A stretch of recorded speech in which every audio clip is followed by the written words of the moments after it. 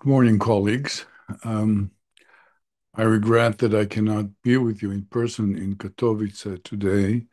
It's due to the ongoing regional conflict and the ensuing flight disruptions.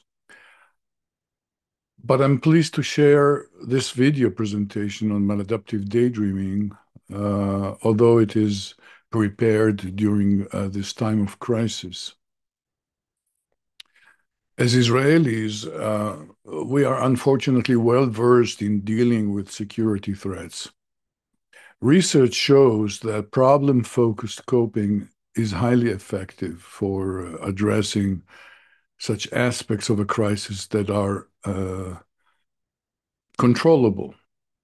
This includes, for example, practical steps like preparing bomb shelters or gathering emergency supplies and supporting anxious family members. But once these concrete actions are taken, we face the challenge of managing the psychological toll of uncontrollable factors, the anxious anticipation, the blaring sirens, the constant rumble of fighter jets overhead. In these situations, emotion-focused coping strategies tend to be more beneficial. One particularly effective emotion-focused technique is redirecting the attention through absorbing activities. This can include listening to music, watching engaging television programs, performing relaxation exercises, prayer, meditation, or daydreaming. These serve as powerful tools for self-soothing and for temporary escaping from the stressful reality that we cannot control. Maladaptive daydreaming, while typically viewed as problematic, may serve initially an adaptive function, particularly during acute or chronic stress.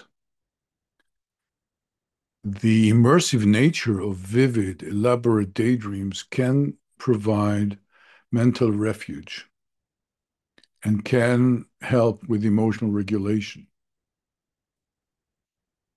However, it's crucial to maintain, of course, a balance and not rely only on daydreaming as a coping mechanism, because threats and obligations must be constantly addressed. In these workshops, we'll explore the emerging construct of maladaptive daydreaming. I'll try to manage all of this while recording this parallelly. I'd like to describe to you first what I've planned for us today. So first, I'm going I guess I've already done that, discuss the merit of distraction during uncontrollable stress and inescapable stress.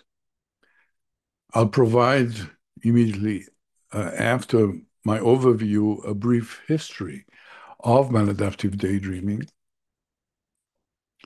And I will talk about how awareness of this construct and research of this construct has developed. I will then provide a comparison of terms that are often fuzzy in how they overlap and used interchangeably: mind wandering and maladaptive daydreaming. I also plan to discuss the prevalence and comorbidity of maladaptive daydreaming. Of course, I will touch upon theoretical perspectives on maladaptive daydreaming, and as a dissociative scientist practitioner, will, of course, try to convince you that maladaptive daydreaming is a dissociative construct. I will also share with you some unique phenomenological features of maladaptive daydreaming, such as movement and the involvement of music, in this mental activity. I will talk about childhood antecedents of maladaptive daydreaming. And as time permits, I would like also to talk about maladaptive daydreaming and false memory. It's a hot issue in our community, very sensitive one, but I am a scientist, not an ideologue. I guess all of us like to be evidence-based in our conceptualization, understanding of phenomena, and I will share with you my observation on the ways of maladaptive daydreaming can impact what we remember. I will also talk about future directions in terms of what else is needed to promote research on this topic. So first of all, before I start talking about the essence, let's take a look a bit about how maladaptive daydreaming has mushroomed. There is relatively little research on this construct. It's a new construct. Research is growing, as I will show you, but many internet users have embraced the term widely. Take a look at this screenshot from a web page of a community on Reddit. It's a social media platform that describes itself as we are a community support subreddit, that it means dedicated to individuals suffering from maladaptive daydreaming and helping them cope with this condition. It has 100,017 members, one of the largest on Reddit.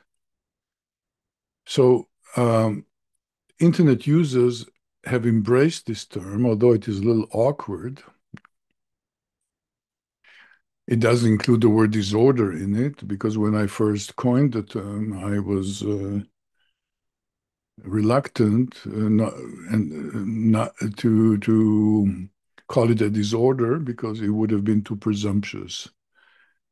So I call it maladaptive daydreaming. I presume the term will change, the title of the disorder, but people struggling with it have adopted it and use it, and the term is widely researched on the internet.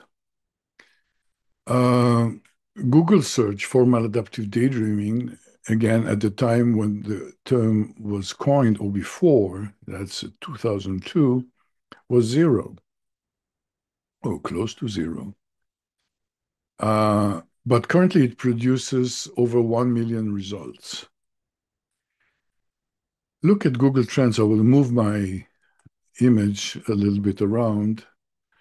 So these are Google Trends of worldwide searches from 2018 to the current time. And I have compared maladaptive daydreaming here in blue with comparable, conceptually comparable constructs or mental phenomena such as mind wandering and fantasizing. And I've even thrown in dissociative disorders, which is, of course, a much more widely known and familiar term. What you see here is the comparison of Google searches. First of all, overall, maladaptive daydreaming gains much more interest compared to the others in terms of Google searches. You can also see a spike here, more or less during the time of the eruption of the COVID-19 pandemic. I don't know if it's related or not. But Google searches for the term remain significantly higher than those of the comparison constructs.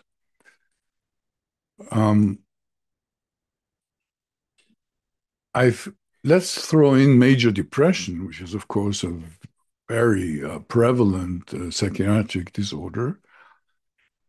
And here, although overall major depression is, of course, more broadly and widely searched than maladaptive daydreaming, you can see that is because we are comparing the years in which there was no research and no talk about this term, because it was even the years before it was coined.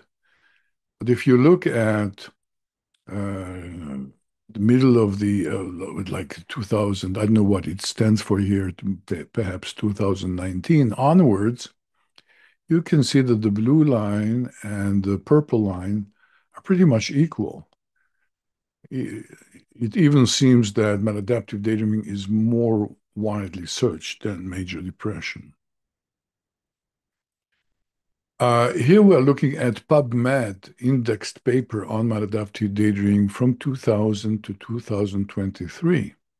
And what is encouraging is when you enter the search term in PubMed, you go from zero to a consistent trend of an accumulating knowledge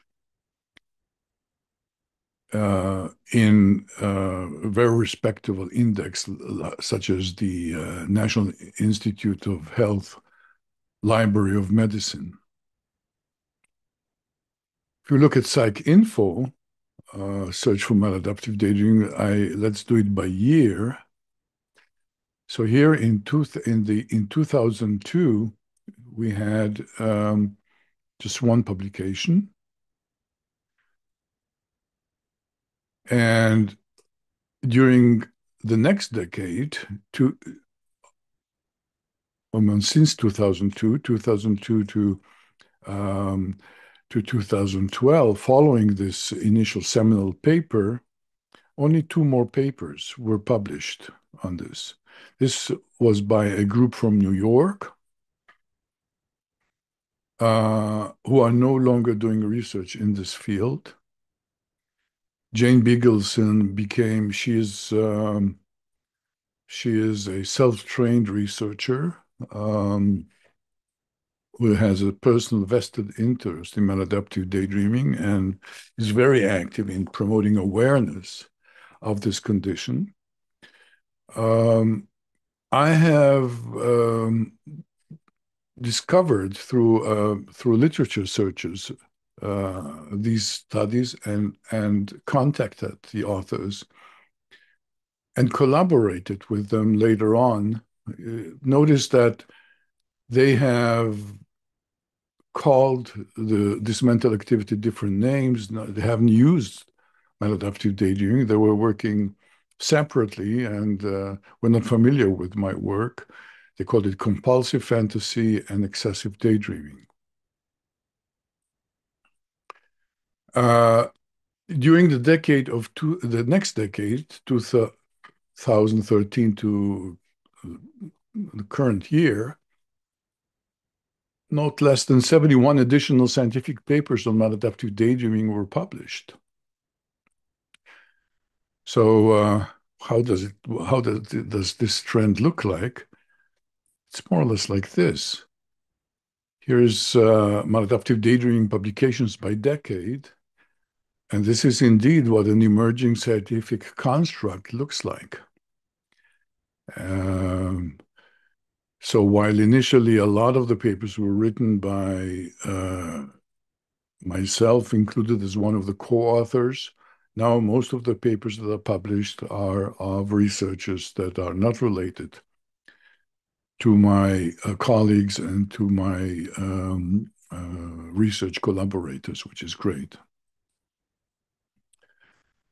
Let's take a look at mind wandering versus maladaptive daydreaming. First of all, in terms of description, mind wandering is, we're talking here about a mind that is idle. It's a spontaneous shifting of attention when the mind is off task, not focusing on a particular task to be performed. And attention is shifted from whatever current task there is to the environment or towards thoughts, internal thoughts or images. We're talking about a normal process of inattention. It's very common. And we're talking about the mind drifting away from the present moment. Typically, the contents has to do with mundane tasks or events that are being rehearsed or reviewed in the mind. Maladaptive daydreaming, on the other hand, is a much more intense, immersive form of daydreaming. Before something becomes maladaptive, before this kind of daydreaming becomes maladaptive, we refer to immersive daydreaming. It involves very vivid, often fanciful, story-like fantasies that can consume a significant amount of time, particularly because they are very rewarding, they're very satisfying. So this immersive daydreaming, which to my mind is an ability, a trait that some people have and some don't, and it perhaps lies on a continuum, maybe not unlike hypnotizability. Um, it can, because of its gratifying properties, consume significant amounts of time. And that can lead to impaired functioning. Because when people prefer to engage in absorptive fantasies, that can come at the expense of meeting obligations and responsibilities.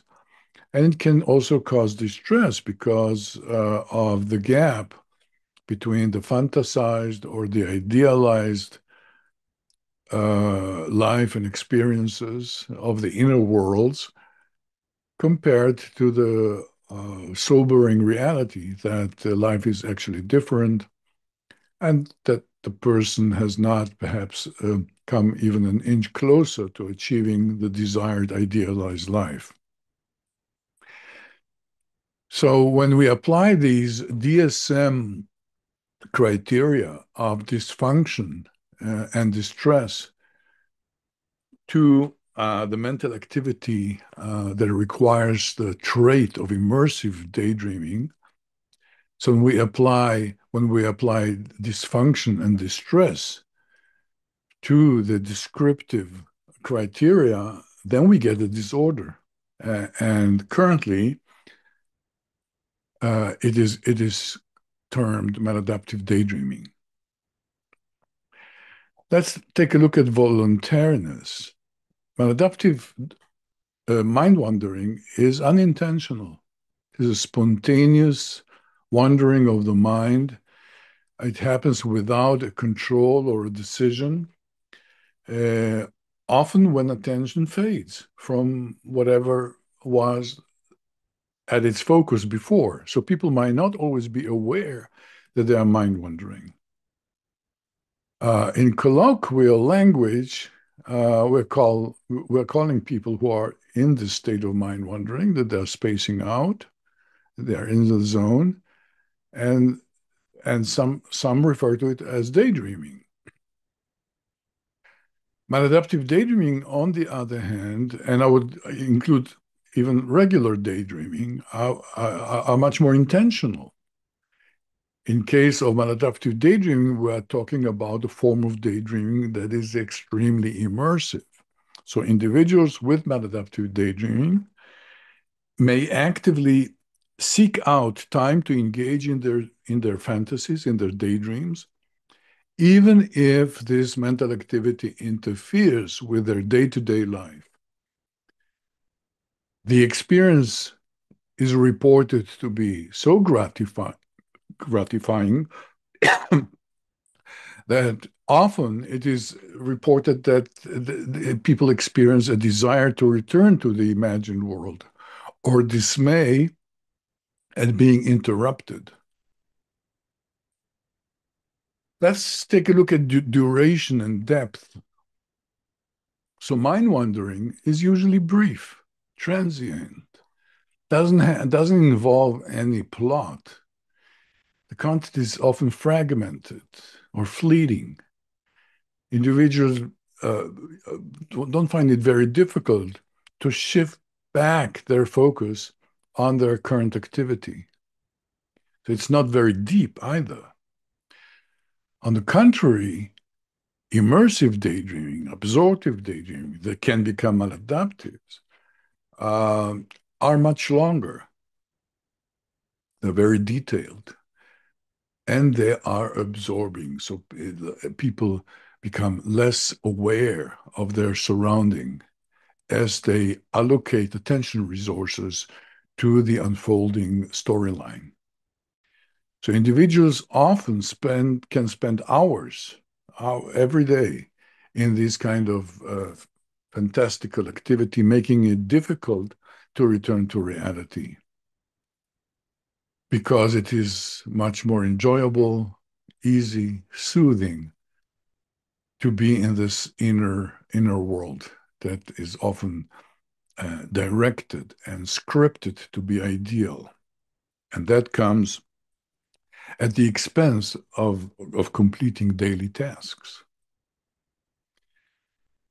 Um, let's talk about emotional involvement. So in mind wandering, these are typically neutral scenes. They're minimally emotionally charged.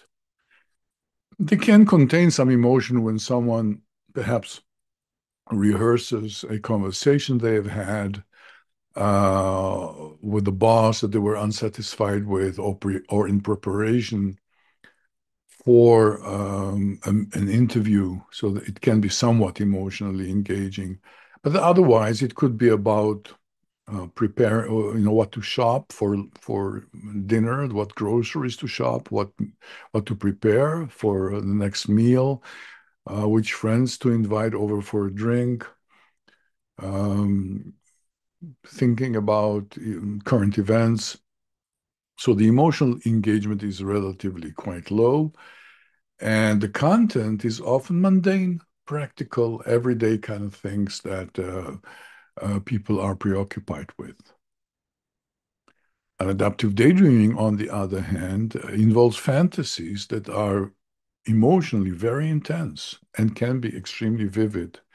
When I'm talking about intense, I'm referring to emotions that can include anger, happiness, laughter that is observable on the outside, and sadness to the extent of shedding tears.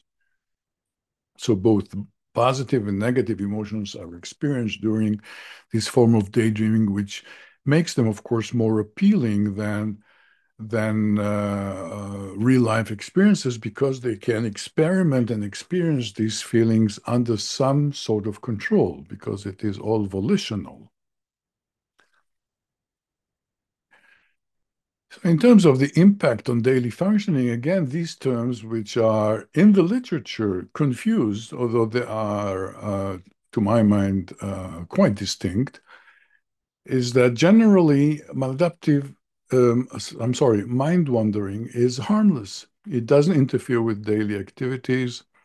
Um, the, uh, the engaging too often in mind wandering, like perhaps in extreme cases, I would think of attention deficits. Um, in those cases, mind wandering can reduce the productivity, but it usually doesn't lead to severe problems if it is not associated or secondary to some other disorder. Maladaptive daydreaming, on the other hand, can significantly impair daily life because people with this condition neglect relationships, interpersonal relationships with family, with friends. They prefer solitude. Although some of them can enjoy friendships and family, the immersive form of daydreaming is much more fun. It's much more entertaining, much more engaging, and sometimes they would rather be alone. There are other reasons why they prefer to be alone, which I will elaborate on later. But this can come at the expense of work. When somebody works on practicing their violin, and it's hard work that is required to play a particular cadence in the right way. It is much easier to imagine oneself on stage in front of a large crowd playing with a wonderful symphonic orchestra, the same tune to perfection. It's a shortcut. So, but when one realizes that no progress has been made in practicing the piano. It can interfere with academic performance for similar reasons, in a similar process, or even self-care. So, because some people don't pay attention to their body and to their proprioceptive cues, so they forget to eat. They postpone their bedtime in order to not to miss out on some other development in their fantasies. They have an overwhelming urge to daydream, to the point where some people argue that it is almost like an addiction. So this aspect, this maladaptive aspect, is what distinguishes maladaptive daydreaming from normal daydreaming or from mind wandering. In terms of relationship to mental health, mind wandering, again, is normal, is not inherently linked to mental health conditions. Although, as I said, excessive mind wandering, of course, has been correlated with negative mood and can occur, as I indicated earlier, in conditions like attention deficit disorder, particularly the inattentive type. Mind wandering, on the other hand, is often associated with mental health conditions, as I will show you later on, such as depression, anxiety, obsessive compulsive disorder, and post-traumatic stress disorder. So the daydreaming in many of those situations serve as an escape mechanism, as a form of avoiding facing, remembering, recalling, or re-experiencing emotions or trauma. But as dissociative coping mechanisms and other coping mechanisms go, that can become problematic when it interferes with real life functioning. So mind wandering may serve some cognitive functions like problem solving, as it would be in the example of someone preparing for an interview.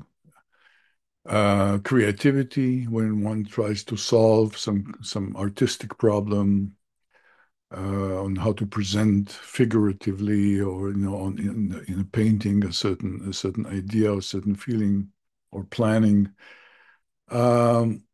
So mind wandering helps the brain explore ideas and possibilities during off-task moments.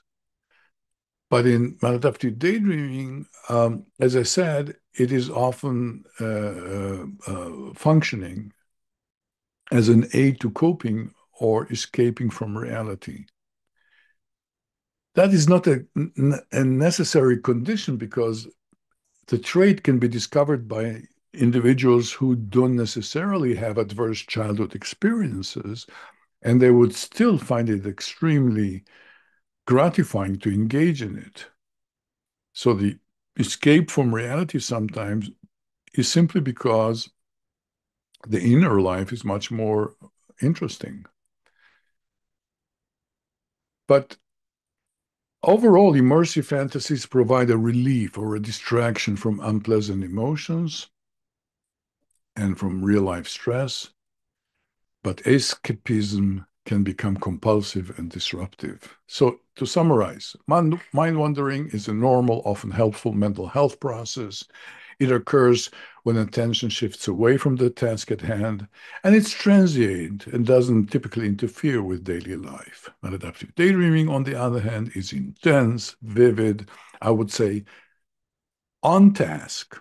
It requires attention resources. It's not the mind being off task.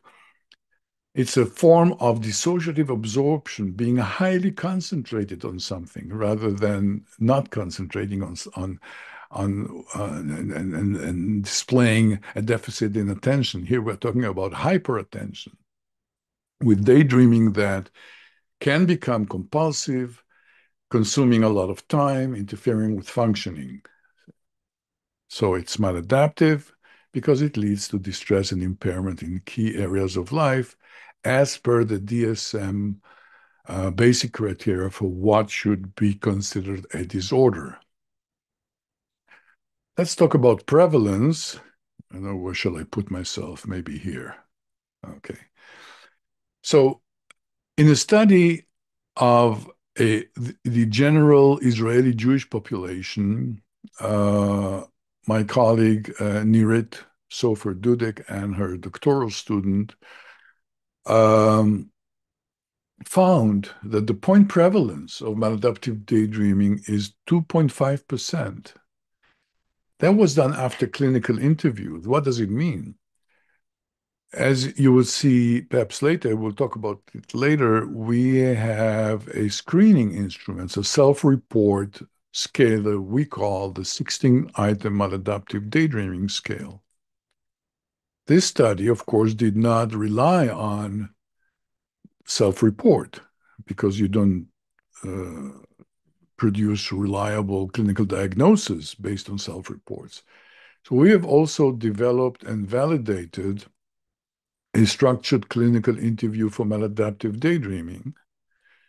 And this outcome was based on interviewing those who scored above a certain cutoff score in the 16-item maladaptive daydreaming scale, which is 40. It ranges between 0 and 100. So scores above 40 are supposed to be suspective of maladaptive daydreaming. So individuals who score above this cutoff score have been interviewed with a structured clinical interview, and this is the result. So this is the first systemic clinical evaluation of maladaptive daydreaming prevalence.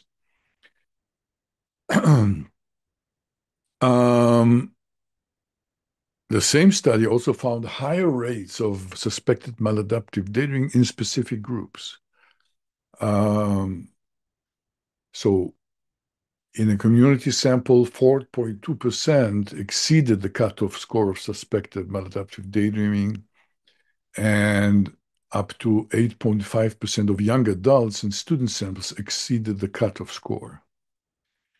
So these higher scores in younger populations suggest that there may be an age effect in maladaptive daydreaming prevalence. But as I said, it's important to note that exceeding the cutoff score on screening measures does not necessarily indicate a clinical diagnosis. A few words about a prevalence rate of 2.5%. Well, first of all, it shows you that we're not talking about just another form of a very normal mental activity that is daydreaming, but we're talking about a relatively rare, as it should be if it's pathological form of daydreaming. And in terms of the prevalence rates, it's similar to rates of several other internalizing psychiatric disorders, like depression and so on. I think the prevalence of schizophrenia would be around 1%, so it's more prevalent than that, but less prevalent than other disorders. It's within the range, as you can see, of what we would expect of a psychopathology. So in terms of comorbidity, here is the outcome of a study that we did. Was a very rigorous and time-consuming study in which we conducted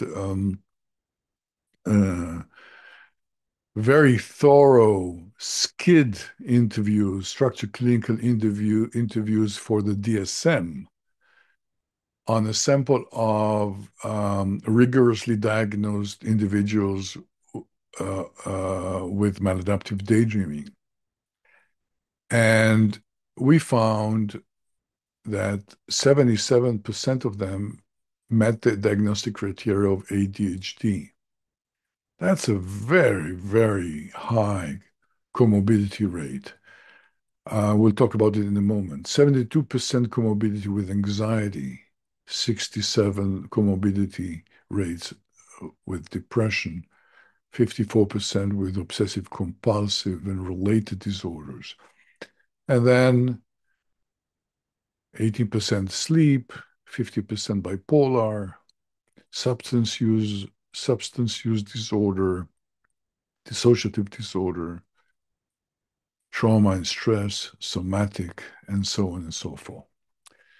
So the fact that there is a lot of comorbidity,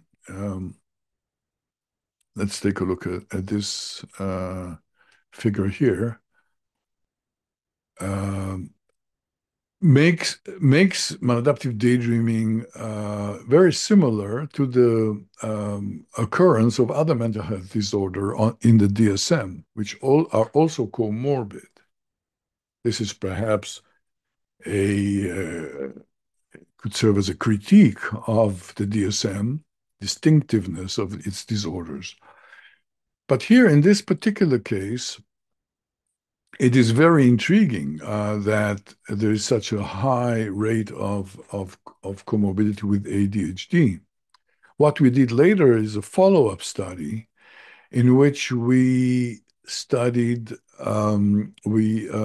studied and measured maladaptive daydreaming in a sample of individuals with verified diagnosed ADHD, and there we found a comorbidity rate of something like 22%.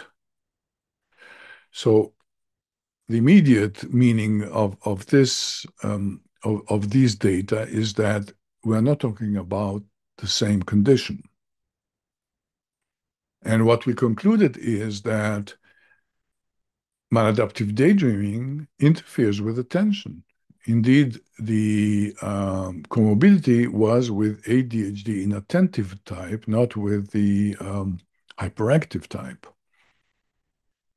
So maladaptive daydreaming creates inattention because attention resources are allocated internally. And that cannot be done simultaneously with allocating resources externally. So that comes at the expense of paying attention to the outside environment, therefore causing inattention. On the other hand, most people with ADHD have other developmental trajectories and other causes that are associated with the condition. However, a 22% comorbidity rate might indicate that in some cases, attention ADHD could be an expression of maladaptive daydreaming, that there could be a subtype of ADHD that comes from a different developmental trajectory and requires different kind of treatment. The high comorbidity with depression and anxiety is also something that we see in the clinic. So here, the relationship between the conditions might be circular. People try to regulate their distress, their depression, their anxiety by daydreaming. Then they are coming to and they realize that nothing has changed in terms of their life circumstances, and they've wasted their time in fantasies and they become more anxious and depressed, for which they compensate for in further daydreaming. The high comorbidity with OCD tells a different story that we're not quite sure about, but maladaptive daydreaming has some features of an addiction, and addiction has dynamic similarities with OCD, the compulsion to repeat. So there might be some common underlying mechanisms there. Okay, let's move on uh, and talk about our current understanding of maladaptive daydreaming. First of all, let's remember that Putnam has identified three processes that are critical to dissociation. First of all, um, there's the process of dividing attention into two or more streams of consciousness. And second, it's the process of compartmentalizing information and affect. And third is the process of creating alter identities to provide for a distance from the true self. So this is the classical definition of what identifies dissociation. We believe that maladaptive daydreaming is associated with the first process of dividing attention into two or more streams of consciousness. So how is maladaptive daydreaming dissociative? It is characterized by episodes of distancing from the self. So that relates maybe to the third process that Putnam talked about, and it's a distancing of the real life identity, the identity that interacts with the real life, in favor of experimenting with alternate protagonists or identities. It could be projections of the self. So we believe this is achieved through a division of the streams of consciousness, as is manifested in the concept of absorption and imaginative involvement or dissociative absorption. I know that the dissociation structuralists have argued that absorption is not dissociation because it does not involve a structural dissociation and it is not pathological in essence. But I think that the case of maladaptive daydreaming clearly shows that there is a form of absorption that can become incapacitating. So let's talk a little bit about normal absorption. Dissociative absorption represents the tendency to immerse oneself fully in one stimulus. It could be a movie, it could be a book, and these are external stimuli, or immersion that is directed internally, like in daydreaming. Dissociative absorption involves the narrowing of attention. It causes awareness of the surrounding to fade. It doesn't disappear completely. We're not talking about complete amnesia about what's happening outside, because people with maladaptive daydreaming can react quickly and promptly when their name is called upon, or when they pace and back and forth in their room fantasizing, they are not bouncing into the furniture and into the walls. They have some peripheral awareness of their surrounding, although it is faded. So at the normal end of this dimension lie common experiences like the highway hypnosis. Driving on autopilot, it's an item on the DES. When you don't recall getting from one destination to the other, you don't recall the way. So as if because you were thinking or daydreaming about something else, but apparently another stream of consciousness uh, pays attention to the driving rules, to the traffic signs, and to all the other cars on the road. So people experiencing highway hypnosis are not, there are no reports of them being more involved in car accidents. Or getting lost in a movie or washing dishes while thinking of other matters and not perhaps paying close attention to every plate or fork that has been washed. So dissociative absorption, as I said, is not always normal, as the structuralists have argued. It is related to amnesia, depersonalization, derealization, and obsessive compulsive disorder. This research shows that dissociative absorption is not normal because it's association with psychopathology.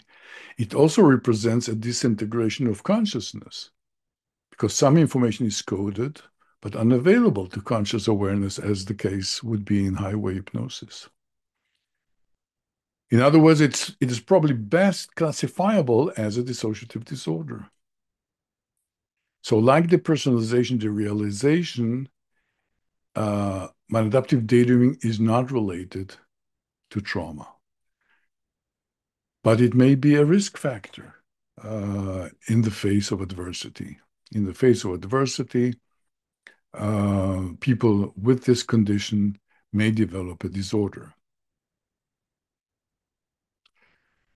Let's talk about immersive daydreaming. A lot of terms I'm throwing out here.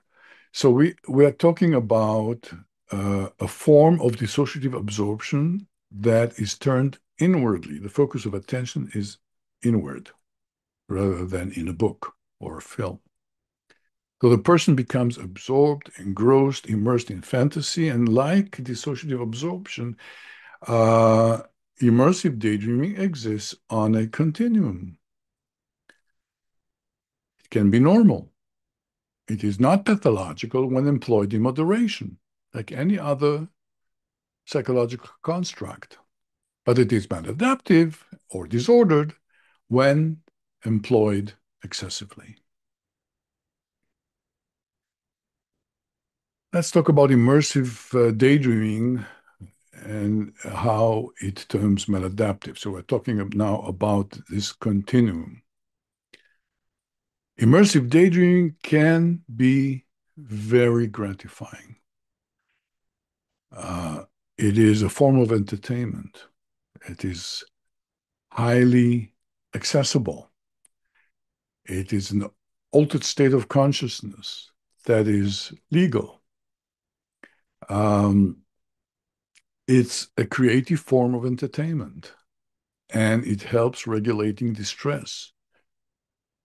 For example, a person who is lonely can be no longer lonely when scripting a storyline that involves a relationship. It can also create compensatory experiences. For example, creating alternative families of origin that provide nurturance, comfort, love. And when this comes in the context of extreme need, unmet needs, the ability to satisfy this hunger, this thirst, with these fantasized experiences can be addictive. It's never enough. It's never enough because it meets exactly and precisely the needs that the old unfinished businesses, but it's also unreal. And in the end of the day, the person finds it's him or herself lonely. The other argument that I would like to make is that maladaptive daydreaming can be seen as a form of hypnosis. Again, I'm trying to argue or describe how it is related to dissociation. So, like hypnosis, maladaptive daydreaming requires the narrowing of attention, but it also has a component that is quite unique, or two components that are quite unique. People, many people, not all, but many people with maladaptive daydreaming report that the importance of movement in triggering these mental experiences and in maintaining the intensity of the experiences. Um, well, we also know that people sometimes rock themselves into a trance.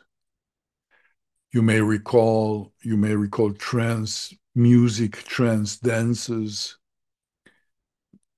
repetitive movements like the twirling dervishes of certain Sufi communities in Turkey and elsewhere that dance themselves into a trance. And again, music is a very important, it's reported to be critical, essential for many people with maladaptive daydreaming in getting themselves into the altered state of consciousness and maintaining the immersive experiences. I will talk about it more in a moment.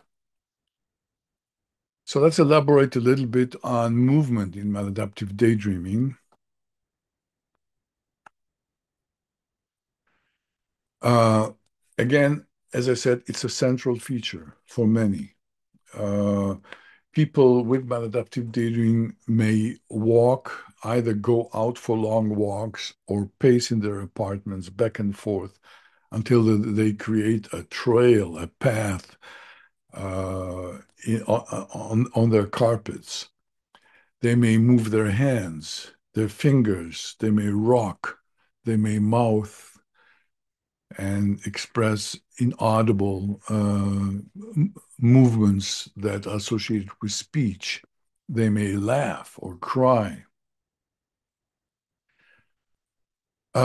This is another reason why people with maladaptive daydreaming sometimes prefer to be alone, or often prefer to be alone.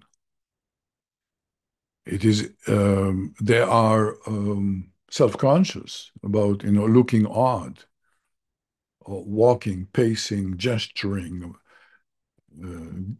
making all sorts of facial expressions. So they need the solitude for that, and also because interacting with another person in the room is incompatible with inner absorption. Some maladaptive daydreaming movements are voluntary, and some are experienced without agency. So, so people may rock and pace in order to create the trance, but they also embody sometimes the scenes inside through their movement, and by this intensifying their hypnotic absorption in the unfolding storyline. So they could gesture and all sorts of hand movements that suggest expressiveness or anger or fighting, and that intensifies their experience. It creates a deeper hypnotic immersion, as they report when you interview them. Um, Music in maladaptive daydreaming is also highly prevalent, and although some people do not need music, as some people can sit still during fantasy. Again, what characterizes a lot of the self-reports is that people cannot daydream without music. It triggers the daydreaming, and it also compromises the sense of agency. They report they're feeling being moved by the music. And it sets the emotional soundtrack of the fantasy that they want to roll out. So people sometimes choose the the score of the inner movie that they are playing. Okay, childhood antecedents. That's a very interesting area to explore. We unfortunately do not have enough research data on childhood antecedents of maladaptive daydreaming, certainly not longitudinal. But we have information that was gathered from interviews with people who are coping with maladaptive daydreaming, talking about the history and the development of this condition. So children, we found that children with stereotypic movement disorder, that's a DSM condition, enjoy the repetitive movements, and that these repetitive movements are often linked to excitement or imaginative play. This is according to a study published in 2010. So possibly the childhood antecedents of maladaptive daydreaming was hiding in plain sight. It was out there. Maybe some of them are identified or diagnosed as suffering from stereotypic movement disorder, a condition that is described in this paper, for example, as involving exciting imaginative play. The condition is also misdiagnosed sometimes as tics or autism. We are in touch um, with departments of neurology, pediatric neurology, and they are very interested in this construct because they have many patients with autism and with all sorts of tic disorder, as they would have been regarded, that also report rich fantasy life. Um,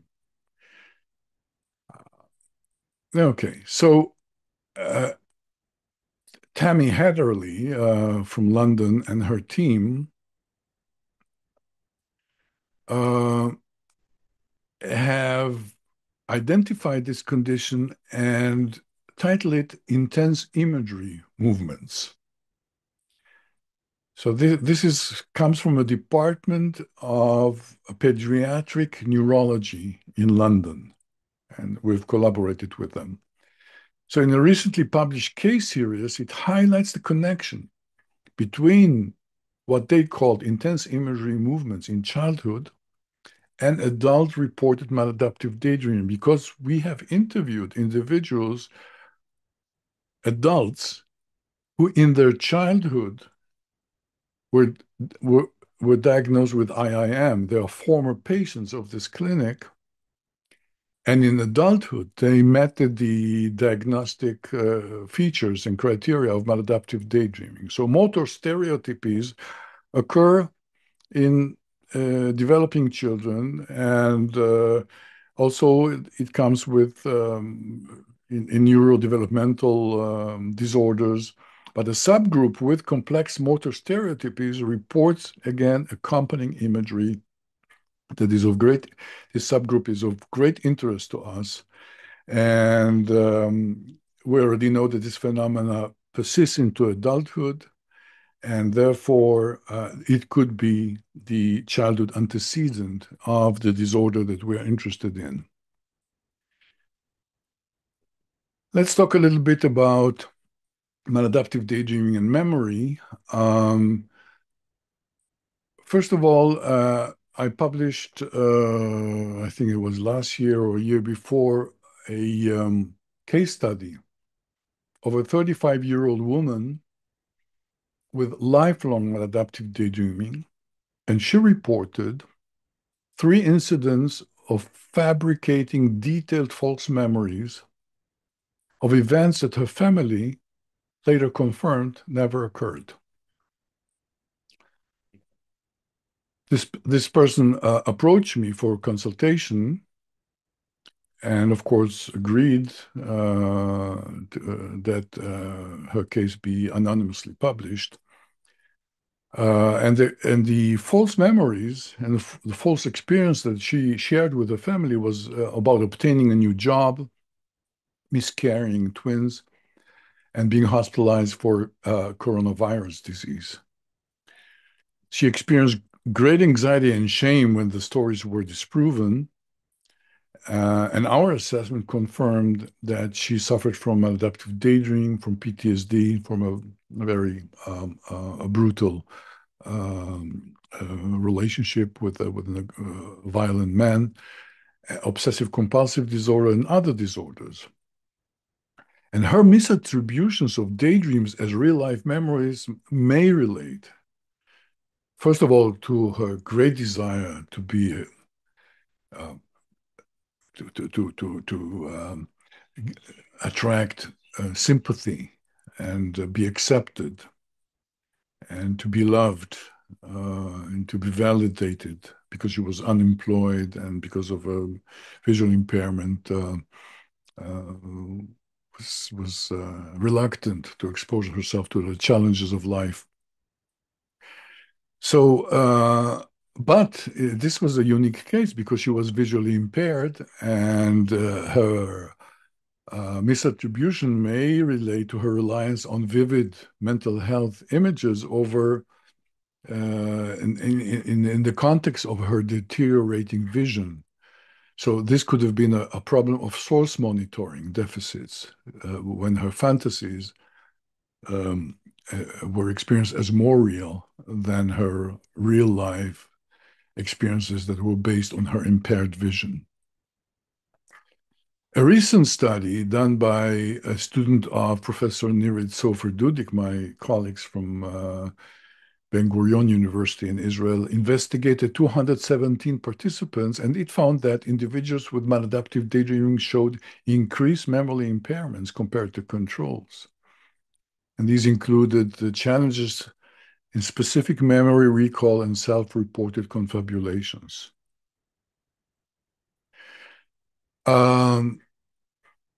I partnered with one of the main researchers of false memory. These would have been uh, uh, he would have been a member of the opposing party in the memory wars, but we decided to work together to try to understand memory in maladaptive daydreaming, and 56% of individuals with maladaptive daydreaming reported experiencing childhood trauma. That's, first of all, important to recognize. And 51% noted that their traumatic experiences are reflected as themes in their daydreaming in some way or another.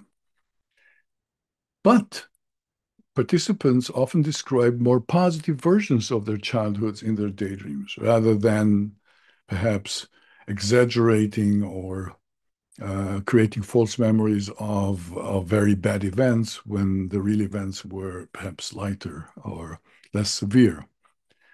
So, and what is also important that most participants could distinguish between daydream content and actual traumatic memories. So we're seeing that this is perhaps a vulnerable community with the troubling history of trauma, and the trauma themes that perhaps are being played out in fantasy perhaps is of a compensatory nature. In other words, daydreaming corrected events in which perhaps, for example, they would find themselves more empowered than in their adverse childhood experiences. So, to explore this issue in depth, we interviewed 41 respondents with maladaptive daydreaming, um, and 51% of them indicated that they had experienced visions or fantasies that they later confused with actual events. In other words, false memories. Our analysis showed that most of these false memories aimed, as I said earlier in our previous study, we showed that to rectify an adverse past event or anticipate an unwelcome future. This, of course, has implications for forensic cases when the defense of indicted perpetrators claim that the recovered memories are false memories that are based on some kind of fantasy. But here we see that our evidence shows that people with childhood trauma are motivated to create an experience that rectifies the helplessness. So the fictitious stories are about plausible or desired experiences, and memory inaccuracies in maladaptive daydreaming may help with distress regulation that is associated with the trauma. Many participants in this study reported frequent traumatic daydreams, but participants also noted that their daydreams often depicted more positive versions of the experienced events. If they rehearse the events, they are improved and more empowered. And most stated they did not confuse daydreaming with actual experiences. So they know what was the reality, and they engage in emotionally regulating fantasies of the traumatic events in a way that helps them emerge less distressed. Okay, so what is the way forward? Where do we go from here? Where do we stand currently? We have now completed an analysis of these 70-some studies on maladaptive daydreaming, a meta-analysis. And we're still analyzing the data, but I can tell you with confidence that maladaptive daydreaming is strongly associated with psychopathology. So it's not just we're not pathologizing a normal behavior, as some critics would argue against the DSM or mental health scholars. It is very important to improve our early detection, to understand the developmental trajectories of childhood maladaptive daydreaming, and we need to start with developing childhood measures, which we're working on as we speak. It is also very important, if we are ever to hope to include it in the DSM, to produce some objective data, for example, brain imaging of immersive and maladaptive daydreaming, to see what is the uniqueness about connectivity and neurochemical activity in the brains of those who are capable of having fantasies that produce a sense of presence in their inner worlds. So what we are also working now is the development of treatment protocols.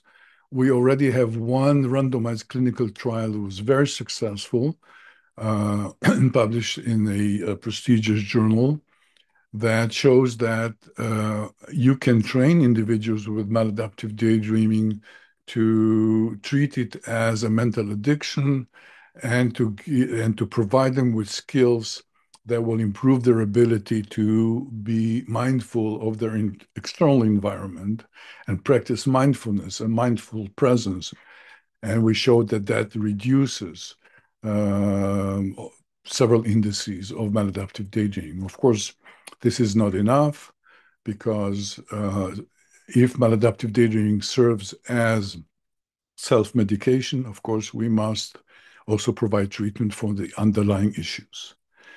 And the greatest challenge right now is getting maladaptive daydreaming into the DSM and the ICD, because it is not better explained by any other existing mental disorder that is classified in these manuals. And it is a valid and it is a reliable uh, condition that has been studied across many, many cultures. So that concludes my prepared presentation. I will end now and will allow for some questions and answers. This will have to involve connecting me via the internet. So thank you very much for your attention.